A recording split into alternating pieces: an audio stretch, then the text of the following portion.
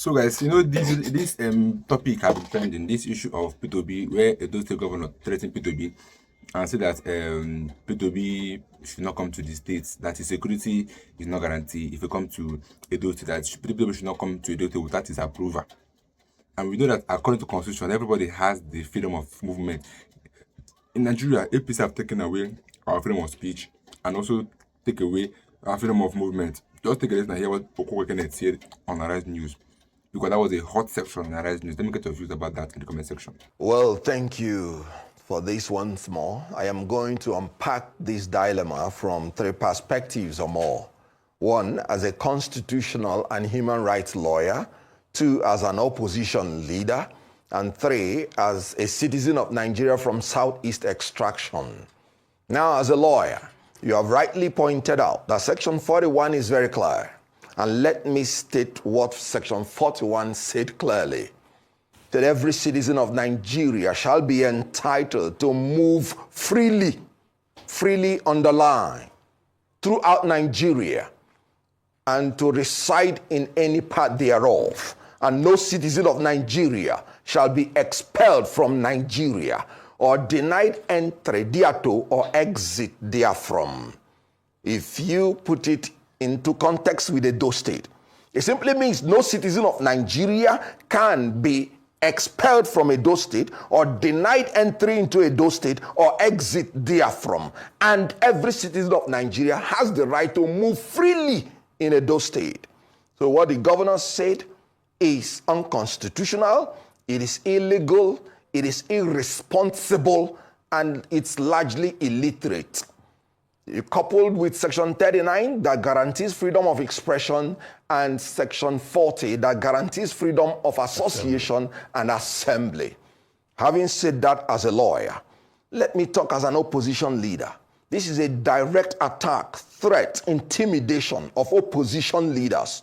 Recall that Adams Oshomole blocked airports. Even the Minister of Aviation noted that what he did was wrong. Yet nobody threatened him. Nobody locked him up. If it were an opposition leader, he would have been in jail cooling off before anything is said and done. But whenever you come to APC, your sins are forgiven. And look at an innocent citizen just because he's an opposition leader. He's been threatened, his life being threatened, that he should not step into Edo State by a governor that is INEC produced, figure challenged, pinchomic and petite, and largely illiterate, like I said. Now, let me come in from the point of being a citizen from Igbo extraction. I sense tribalistic, cheap, ethnic bigotry in this governor. If P2B were to be a leader from Hausa land or from Yoruba land, this governor will not dare make such a statement. Recall when 16 persons were killed in Edo State, before even making any investigation, he ran to Kano State to prostrate. That was a good thing because life is very, very essential. The same governor that did that is the same governor that is threatening the life of a human being for just coming into your state. This is very annoying. It's a direct threat to Igbo people. It's a direct threat and exhibition of being an Igbo hater. And that should stop. Let me tell you, from where I come from, when you kill even a madman, that's when you know that he has a brother. If a strand of hair falls from P2B, because this is a direct attack and threat to his life. Remember, the governor made it clear. He said his security can no longer be guaranteed. He used the word never, if he does not take permission from him. Let me ask Monday Okpobole, does it mean that when he finishes as a governor, before he travels to any state in Nigeria, he would have to seek the permission of all the governors? Okay. Does it mean that 200 million Nigerians, before they step into Edo State, they would have to seek permission from the governor? Okay. And in the case of AMPP versus the IGP, the law has even been made clear that you don't even need permission, even when you want to embark on a protest. And I'm talking about peaceful protest. Okay. If you don't need permission when you want to embark on a protest, how can a governor be talking about permission to visit a state? Okay. That is in bad Kenneth taste. Okonkwo, That is offensive. These are the questions. I reject it with everything that is within me. You know, that is why Julius Caesar said, yes, in Julius Caesar, he said, let me have men about me that are fat, sleek-headed men, such as Mondo Pobole, who has a lean and hungry look. They think too much of themselves. He says some men are dangerous. Okay, Mr. Kenneth Okonkwo, let me I'm sure step in at even if you this go to his point. office, Let me you step wouldn't in on even see this him. point. Okay, He's so we petite and don't, so chonic. Mr. Kenneth Okonkwo, let's maintain a level of, decorum. We were having a very intellectual exchange. Let's maintain it at that level. Let's talk about the philanthropic aspect. What decorum has the governor maintained by threatening the life of a Nigerian citizen? I understand. What decorum your anger. by saying that he said he doesn't give shishi and that he's giving 15 million? What decorum? I totally understand. I don't maintain decorum to people who do not deserve it. Which is fully understood. But, let's keep the conversation, as controlled as we can. I understand your passion. It's totally valid. You're entitled to that. On the issue of philanthropy, if that governor does not apologize, I'll be on his case. Okay. If you allow me, the Chief Press Secretary also alluded to these, like you've just mentioned, to the philanthropic acts. And he was saying that there have been some incidents concerning Catholic churches in Edo State. There have been some kidnappings and some security issues. And according to Governor Okpebolo's Chief Press Secretary, he said that he was concerned that these acts of philanthropy will draw the wrong type of attention to these churches and some of their priests and parishioners that may exacerbate the security situation around them. I'd love to know your thoughts around this worrying statement, because with the state of the economy, I know people are encouraging philanthropy, but in this case, the Chief Press Secretary is saying that Mr. Peter Obi and other people should not publicize their philanthropy. What are your thoughts? Now, that can tell you how malicious the whole intention is. When the governor that was talking, you heard him use such words. He said he doesn't give shish, but he's giving 15 million. He said this and that. I want to tell you that they have even added a lie to their misdeed. Why I'm saying this is very clear. P2B may have his own style of doing things. I have my own style. If you disagree with him, as I do at times, leave him to do his own thing, his own way. He is entitled to his freedoms. They are fundamental to him. If you don't like it, leave him, but not to threaten his life. How can a P2B, which you know that I even quarrel with the way he does his own things, how can he pose a security threat to a state? And that reminds me, because P2B has to even up his game. Because the Benue State governor did almost the same thing. And P2B kept quiet. And now this governor I'm just trying to force myself to be civil. Now this governor, again, is trying to do the same thing. So if you don't like the way he does his own things, he's entitled to it. For me, for instance, I like to do my philanthropic things, largely secret, because of my religious belief. Let your left not know what your right is doing. But somebody who is a politician may decide to do otherwise. That is his own entitlement. And you don't have the right to threaten his life. Now they are saying protocol. What do you mean by protocol? Do you need permission to go to any state? What protocol is it? Does P2B appear to you as a man that can threaten anybody's life? Because he is saying that his security is not guaranteed. The primary duty of any government is to ensure the security and life of the people in your state, in your territory. And this is a governor that is rather threatening the lives of the people in his state, in his government. What a governor. So what I am saying is that P2B does not pose any threat to anybody's life. Okay.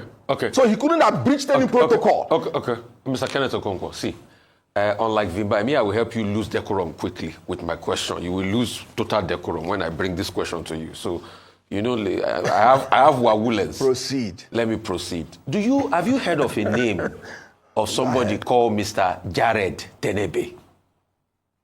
Mr. Jared Tenebe is the chairman of APC in Edo State. There's a video making the rounds. In fact, he said the governor, Okpebolo, was right to have threatened, what is it called? To have threatened Mr. Peter Obi because of a deep-rooted hatred towards him. Those are the words of Mr. Jared Tenebe. In fact, the words of Mr. Jared Tenebe, and there's a video already circulating, were even stronger than the words of the governor. What would you say to all of this? Sorry, I don't give credence to people like that because they're just seeking relevance. He's as inconsequential as his face looks. Please, next question. Because what am I going to talk about APC with their failed state and with their unintelligent, low IQ people? He's just seeking for relevance. Please, next question. Okay, Kenneth Okonkwo. Well, I mean, you started with 3 levels of analysis. I disagree with your ethnicization of Okwewolo's statement. I don't think you can just jump from Peter Obi and say this is an attack on Igbos. It's a very facile, convenient, unhelpful way of analyzing Nigerian issues, in my view, that is. But however, you will know that Section 37 and Section 41... I respect your view, but I just want you to know that this governor wouldn't have tried this with a leader from Hausa land or a leader from Yoruba land. And I mean it. Okay, that's speculative. It's speculative, purely. Because, don't let's drag ethnicity or that's my opinion, or and religion I'm entitled to it. Into anything, or into everything. Okay. Now, I was referring to Section 37 and Section 41 of the Criminal Code, which talks about threats, particularly in this particular instance, spoken threats, and the fact that it relates to life.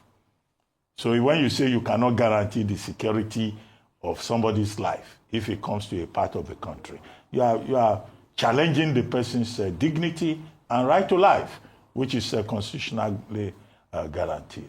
But what remedy do you think that Mr. Peter Obi can seek? Okwewolo has immunity until he is no longer governor. What should Mr. Peter Obi do, for example? Should he report to the Inspector General of Police? Should he dare Okwewolo and go to that same Edo State again to show courage? What will you recommend to him?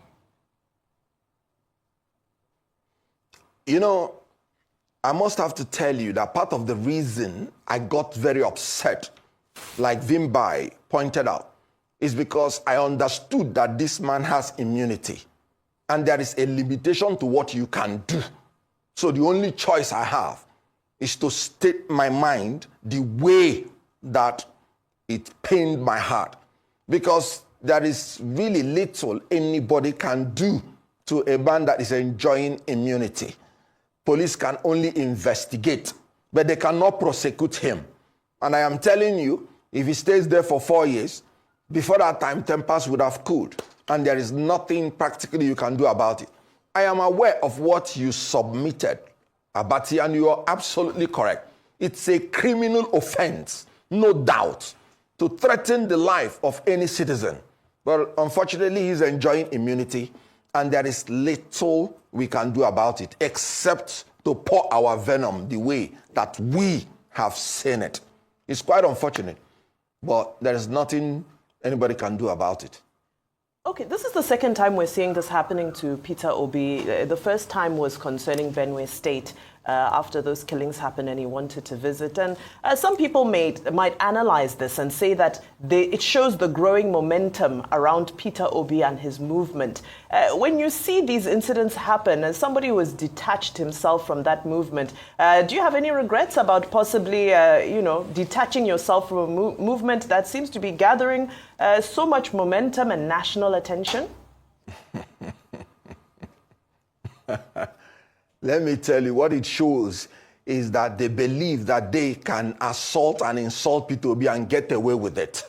That's what it shows. It does not show any other thing. And that is why I say my brother should step up. And if anybody gives you one, give the person 10. Especially when he's a sitting governor, because you don't have any other remedy whatsoever. Okay. You may have known that say I disagree with the way he does his things. Okay. And he disagrees with the way I do my own things. Okay. So It has nothing to do with momentum Okay. whatsoever. Okay. So he's not a virulence personified kind of person, like you will have known. Maybe that's why he will not give them 10 in return. In all of this, he's not said much. But let's go straight to it now. Yes. You made the argument for power coming to the South. But you're also making the argument now that if ADC coalition will go ahead, that candidates like Atiku Abubakar should be favored there in a bid to be able to beat, President Tinubu. Those are some of the arguments you've made. The question is, what changed in your train of thoughts all of a sudden? Is it just about to grab power or the fact that power should remain in the South?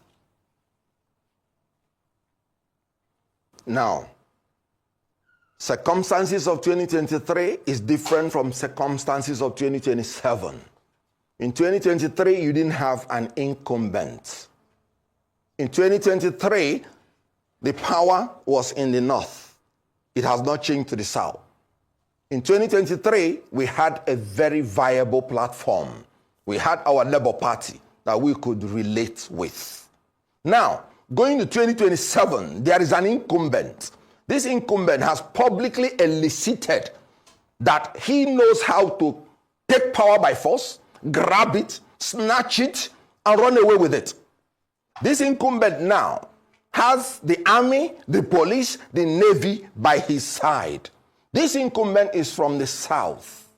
Let me tell you, it has not happened in Nigeria. I don't see it happening in 2027. That you will use a fresh candidate from the same section of the Nigeria to win an incumbent candidate. And this is my reason. When people say 12 million votes for Buhari, that is 12 million votes he garners only when he is dealing with a southern candidate. When Buhari contested with Umaru Yar'Adua, he got only 7 million votes in 2007. So when you are talking about using a fresh candidate for any section, you cannot use the same candidate from that section to defeat an incumbent. And the reason is that nobody will be willing to fight for any vote if the candidate rigs the election. And so I am talking from the platform that I do not believe that we are going to have free, fair, credible election in 2027. I don't believe it because the electoral reforms have not been done. So you have only manually generated, collated results where all the fraud takes place.Hy would you want to take somebody from the southeast who does not have an army, who does not have the navy, who does not have the air force, to go and confront somebody from the southwest? And you think the north will now back you a fresh candidate that they do not even believe that may keep to the terms of the agreement. Like I said, I will not swear for any politician because I don't want to die before my time. So you have to be pragmatic. I am a politician existing in pragmatism. Activists exist in idealism. And so being realistic, the only choice you have to make even an impact, which every Nigerian would even have to support before it can make an impact, is if you want to challenge an incumbent, you take somebody from the other section and whatever vote you give to him will push the person through. That was what Tinubu did. In 2015, he went and brought Muhammadu Buhari, knowing that Muhammadu Buhari against a southern candidate will have 12 million votes already. So he just needed little votes from the south to push him in. He knew that he did not have the army, the navy, and he cannot compete against Goodluck Jonathan, coming from the same zone. So that is why I'm saying, checking all this background, you need to use a northerner if you are talking about disruptive change. Otherwise, the 8 years is 8 years for Tinubu to continue. If Tinubu had done well, in all honesty, I will go home and sleep. But you cannot choose a Muslim ticket. The economy running riot, insecurity going everywhere. And we want to give you 8 years. So the only way to make a disruptive change is to bring a northerner and disrupt his regime. And the ADC has agreed. It has to be 4 years. And the ADC position is clear, that you would have a free and fair primary election where everybody is free to contest. It is not ADC saying they prefer northern candidate. No. It is my own preference and strategy because that's the only way to win Tinubu in the election. Okay, Kenneth Okonkwo, just a small footnote that the intendment of the framers of the Constitution is that whoever becomes president of Nigeria should have votes from across all the 6 geopolitical zones, 2/3. Not anybody that is boasting of 12 million from one particular region or somebody saying I'm in charge of this particular region. Because the president will be president of Nigeria, not president of any region. And that's why the Constitution talks about integration, accommodation, and political parties have adopted zoning. Because I don't see why you should take away somebody's right of movement in Nigeria. Someone that has the right. This is a interstate travel, not even outside the country, within Nigeria. And then tomorrow they say that we are one. This is a pure proof that Nigeria is not one. And Nigeria can never be one. Because how you put a restriction on a Nigerian for visiting a state in Nigeria? It's just like giving a restriction in London for somebody visiting a city in London. It doesn't make any sense. So in Nigeria, you see where our own government have taken away our freedom of speech and also taken our freedom of movement. Because right now, this is signaling that before you go visit the state, the governor must approve you from entering the state, which does not make any sense. It's not even constitution. So this country, this government doesn't follow constitution. They do things as they wish. Because we're in a country where they don't follow law. Who are you going to report to? Is it the judiciary that work for APC? Is it the Supreme Court that work for APC? Is it the police that work for APC? Every arms of government in Nigeria are working for APC. So there's nobody to report to, nothing to talk about, because if you talk, they will come and arrest you. Now, people no longer talk anymore, because if you talk, they will come and arrest you. In Nigeria, we don't have freedom of speech. I would have freedom of government, freedom of movement. That's why we need someone that can restore our constitution back alive, because right now he's dead. And imagine putting someone else that would destroy Patapata. That would be chaotic for Nigerians, because in Nigeria we don't follow rules and regulation, where a policeman can even arrest you without warrant. Would arrest you without you knowing what you did. We arrest you and question without a lawyer being present. Many things happen in Nigeria that will show that Nigeria don't follow rules and regulation. How can someone arrest you without warrant, one, and questioning you without a lawyer being present? Which means, and if you try to talk, that let a lawyer come, they will beat you up and they will beat you blue and black, and nothing you can do except you have connection in Nigeria. That's the only way you can survive in Nigeria. If you have pure connection in Nigeria, it will be hard for you to survive this country called Nigeria. That's how bad it has gotten to. It has gotten so bad that Nigeria will no longer follow constitution. The government do as they like and they go away with it. They don't think about how the people are feeling. They don't care about how the people are feeling. P2B went to donated 15 million to nursing schools. How many have the governor done? And now I'm even pitying those people that they hired to come there. I was praising the governor for not allowing P2B to come to the state. P2B that went to hotel and donated 15 million naira to nursing school in your own state. How many have you invested in health sector in your state? How many schools have you invested in your state? But here we are. And let me get to the video and talk in the comment section. As big as my next video, don't forget to subscribe if you're new here.